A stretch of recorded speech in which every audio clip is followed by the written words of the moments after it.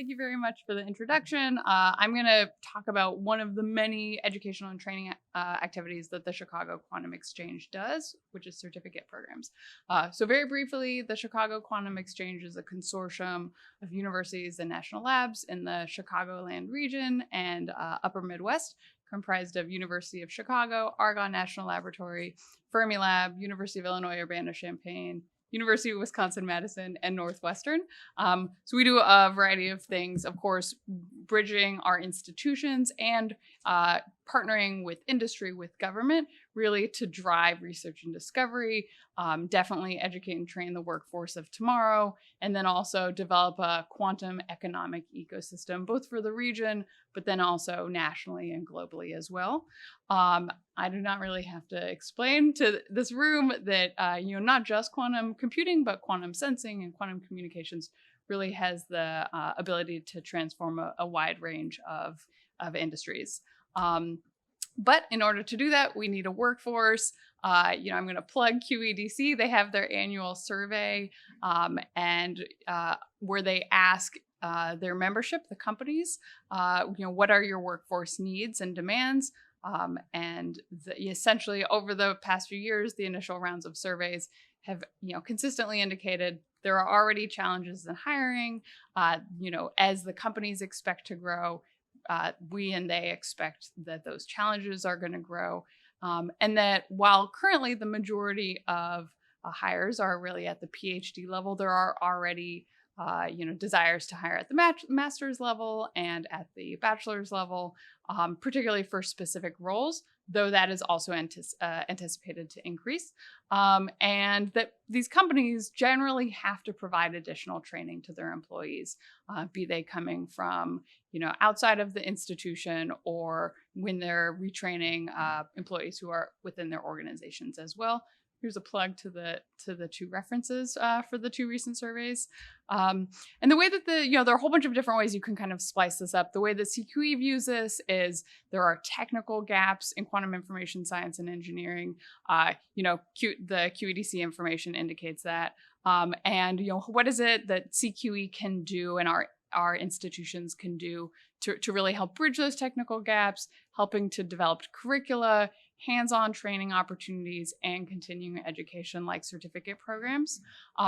Also employer gaps. So many young people or people looking to get into the field just may not have a real great understanding of the different sectors that are hiring in QISE, and really individual companies and really what specific jobs are and really actual careers are in the field.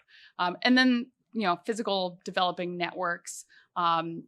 Someone may say, I want to go and work for a specific company or a specific sector, but they don't have those personal connections. So CQE, through a variety of our activities, really try to help build those gaps, and the certificate programs focus on a few of them. So a few years ago, we kind of took a step back and said, should we start to think about helping to train and retrain people to get into this field?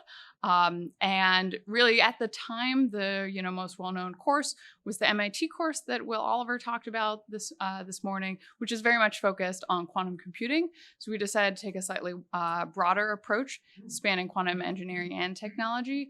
And there are a variety of ways to kind of splice that and dice it, but really to be helpful for recent graduates, existing professionals, and companies and industries.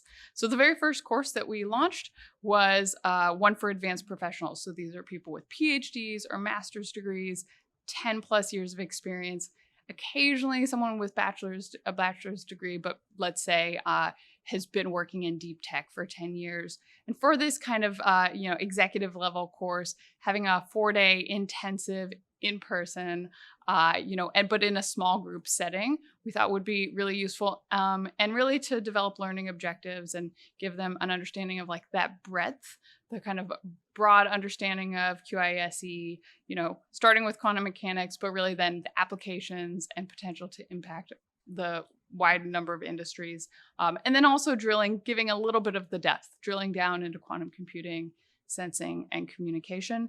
And a curriculum to match that with some demos and lectures and networking ideally. So of course we were planning this in a pre-COVID world, launched it in, can you turn the timer on? Thank you.